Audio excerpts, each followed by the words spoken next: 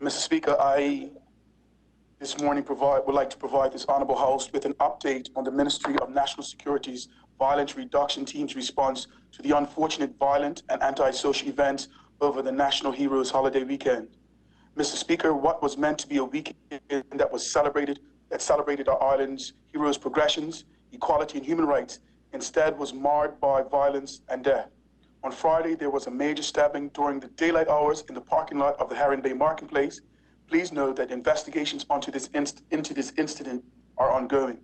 Mr. Speaker, most of us would have seen the videos circulating on social media of a large group of young people at John Smith's Bay engaged in serious violent behavior. The Bermuda Police Service have already made several arrests, and the investigation continues.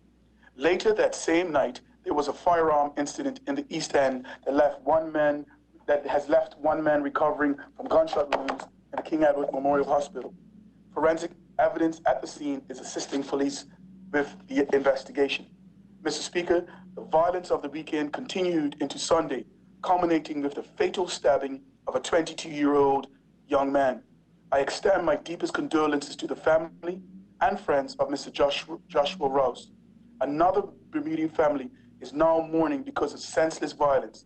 Indeed, our entire community is mourning. Mr. Speaker, while we continue to battle COVID-19, the past few months have not been easy for any of us, and I hasten to add that we are still not out of the woods. The events occurring this past weekend are manifestations of some psychological effects of this pandemic. Research has shown that chronic social isolation increases the risk of social and mental health challenges. Social isolation has an impact on the body and the mind. It is known to be a contributing factor to the surge of depression, anxiety, and substance abuse. Some psychologists have noticed that a surge in verbal and domestic violence, child abuse, sexual abuse, murder, robbery, and cybercrimes can be expected in certain circumstances as a result of the social isolation induced by pandemic restrictions. The ramifications of COVID-19 will go further than to hit our economy only. COVID-19 is a storm that we must weather together if we are to get past this pandemic. Mr. Speaker, having said that, I must emphasize one point. That is, bringing harm to others and instilling fear in the public will not be accepted in Bermuda under any circumstance. We will continue to push back against those who insist on bringing violence and disorder to our community. The chain snatchings, and thefts are a precursor to nefarious behavior and the violent events that we have witnessed over this past weekend, and it must stop. The country will not tolerate it. Mr. Speaker, following the times of crisis and events witnessed over the past weekend, many people will look to place blame for the ills of our society. There will no doubt be questions as to the efficacy of the gang violence reduction team. There will be questions asked, what is the team doing? Where are the results? Mr. Speaker, I want to reassure the public that the gang violence reduction team is working around the clock. The work of the gang violence reduction team is important and cannot be understated. This government and the gang violence reduction team remains focused on coordinating resources that best address the issues. And despite the events of last weekend, we are seeing results through our various programs and initiatives. Mr. Speaker, following this past weekend's events, Gang Violence Reduction Team Coordinated Crisis Response Team, or CCR, was activated to support the community through emotional hardship. The public may recall that this unit was set up to assist family members, relatives, or witnesses of violent incidents through the time of crisis. The CCR unit was deployed to the hospital several times over the past weekend and made home visits to support families affected by the violence. The Coordinated Crisis Response Unit has systems, structures, and trained staff in place to provide immediate emotional support to the affected families and to provide immediate triage in order to connect families with long-term support through counseling services and support groups. Mr. Speaker, in order to lower the community tensions, the Gang Violence Reduction Team further increased our focus on street-level outreach. Throughout the shelter-in-place, curfew, and other emergency measures, the gang violence reduction team continue to visit targeted neighborhoods and build connections and relationships with at-risk young people. Mr. Speaker, the gang violence reduction team provides intervention through the formation of trust-based relationships that serve to de-escalate and mediate tensions where necessary. The outreach workers have been out in the community directly mediating tensions and conflicts between individuals. The work is high touch, highly confidential, and very sensitive. It involves directly working with persons who are currently involved or have been directly impacted by gang violence. It is not appropriate for me to provide detail on the particulars of this outreach in order to protect the confidentiality and security of those individuals willing to participate in the aforementioned program. The public can be assured, however, that the outreach work of the gang violence reduction team connects many at-risk individuals to neighborhood resources and long-term case management. The goal is to steer these young men towards pro-social activities by providing a range of opportunities for change. Mr. Speaker, the closure of schools as a result of COVID-19 and impending summer holiday has removed some young people from their normal and at times preventative social structures. Without the regularity of sports clubs, extracurricular activities, after-school jobs, weekend jobs, and most other social structures, there has been a surge of gatherings of sizable groups of young people milling around various neighborhoods. Consequently, there has been an increase in chain snatchings, theft, and robberies amongst our young people. Mr. Speaker, to combat this, the gang violence reduction team has been conducting increased check-ins with youth who were previously in our high school prevention program, coordinating with schools' management teams and connecting the youth and families through WhatsApp calls, Zoom calls, and home visits when and where necessary. Mr. Speaker, the gang violence reduction team has coordinated support for several families in need by connecting them to weekly food and basic needs support, court support, and social assistance where required. Since the gang violence reduction team cannot access young men in the school setting, the team will continue to visit neighborhoods and encourage these young men when they come across them. Mr. Speaker, prior to COVID-19, gang violence reduction team coordinator and the outreach prevention manager led a multi-agency effort to reduce violence, and they were very hard at work. The team operates from a coordinated plan to tackle gang violence and antisocial behavior through a series of strategically designed prevention, intervention, and rehabilitation programs and initiatives.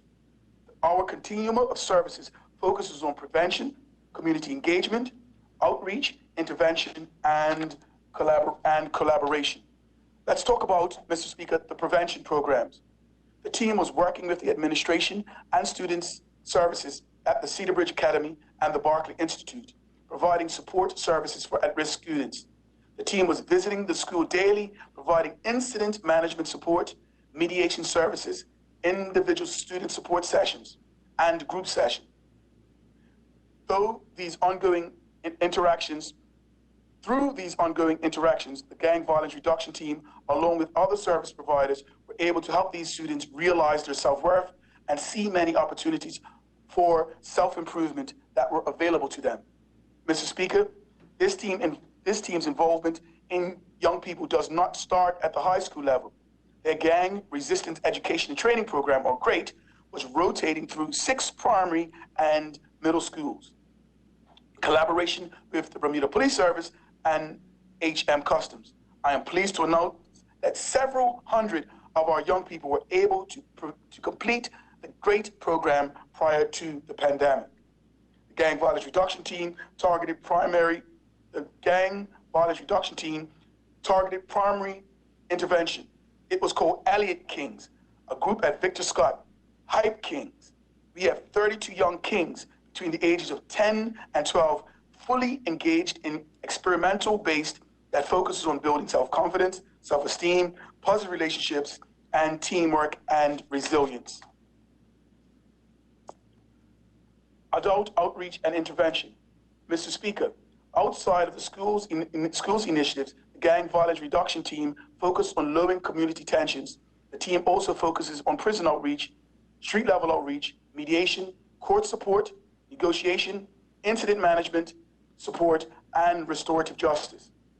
Another Gang Violence Reduction Team initiative is Redemption Farm, which has provided 10 young men successful engagement, and the program lasted for 28 weeks, which included personal development session, case management session, farming lessons, life skill workshops, counseling, and a connection to other support services. The Gang Violence Reduction Team are now working with the trainees to the goal of seeing each of them transition into full-time education and employment opportunities. Mr. Speaker, community engagement. Gang Violence Reduction Team relationship with the community partners and community underscores that we have much important work to do. The team continues to create a partner with community initiatives such as Moms on a Mission, the Bermuda Clergy Working Group, Living Legends Community Group, the Interagency Enforcement Team, the Coordinated Case Management System, and the Coordinated Crisis Response Team. The Gang Violence Reduction Team attend many community meetings, community events, and provide tons of community presentations. Mr. Speaker, at this time, I would like to publicly announce the 2020 Live, Love, Life Art Competition winners in partnership with the Masterworks Foundation. Thank you, Tom. An initiative that was part of the anti-violence campaign, encouraging our community to stand up and express themselves through art to fight against violence in our communities. I would like to congratulate Austin Doling for her work, We Will Rescue Them, a haunting painting of a boy gazing through the smashed glass. He won the overall prize and received $2,000.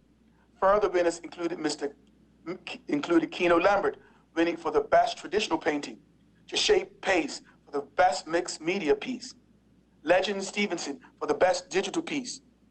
Best student 16 and under was won by MSA student Kelsey De Silva, and student 12 and under was won by Ashay Hippolyte Lynch of West Pembroke School. Ashante Fogel took the People's Choice Award for the piece, I Trigger Love. Mr. Speaker, the effects of the COVID-19 pandemic have necessitated that the Gang Violence Reduction Team's strategic plan around programs to successfully reach the needs of our community. To that end, the team will immediately commit to increasing the number of outreach workers and community case managers, to increase the outreach and to double the amount of placements available for work placement and mentoring programs this summer. Mr. Speaker, events of the last weekend are not just a government problem. This is a community problem. Statistically, violence and criminal activity increases during the summer months. And with the added anxieties caused by COVID-19, we must all do everything that we can to ensure that we do not return to the crime levels experienced in previous years. The Gang Violence Reduction Team continues to make positive influence with our at-risk population. However, this work alone will not save our young men. As a community, we know these young men. They are our family members, our brothers, our cousins, and our friends. I implore all of us who love this country to continue to support the Gang Violence Reduction Team through meaningful assistance with the work required to rid our home of the gang culture and senseless violence. The COVID-19 pandemic has been a challenging time for Bermuda, and our at-risk people have not been excluded from our challenge. We need to collectively support them. Mr. Speaker, it is vitally important that the parents and families continue to be involved with their sons and daughters. Parents should engage with our children often, ask them how they are doing, and be involved in their day-to-day life. Parents and families must be aware of the social gatherings their children are attending, seeking out activities and events that you and your children can enjoy together and help to strengthen your family relationships, thereby reducing the likelihood of gang involvement and antisocial behavior. Mr. Speaker, our churches must continue to look at ways that they can support their communities outside of the church walls, specifically to engage in young people. Throughout the COVID-19 recovery, sports clubs must develop strategically designed programs that engage displaced young people, diverting them away from antisocial behavior. Members of the community should seek to ally with helping agencies such as the Family Center, Big Brothers, Big Sisters of Bermuda, the Coalition for the Protection of Children, Gina Spence Productions, or any other of our numerous charities providing meaningful programs or social interactions for our young people. Mr. Speaker, as our economy begins to recover from COVID-19, business owners are encouraged to create summer internships and mentoring opportunities for young Bermudians. The causes of violence in our community are multifaceted and therefore require a solution that can be found with an all-hands-on-deck community approach. The government and the Ministry of National Security are working endlessly to combat the social ills that we are faced with. We are calling for peace, calm, collectivity, and the support of the community in order to defeat both COVID-19 and gang and gun-related violence in our community. Thank you, Mr. Speaker.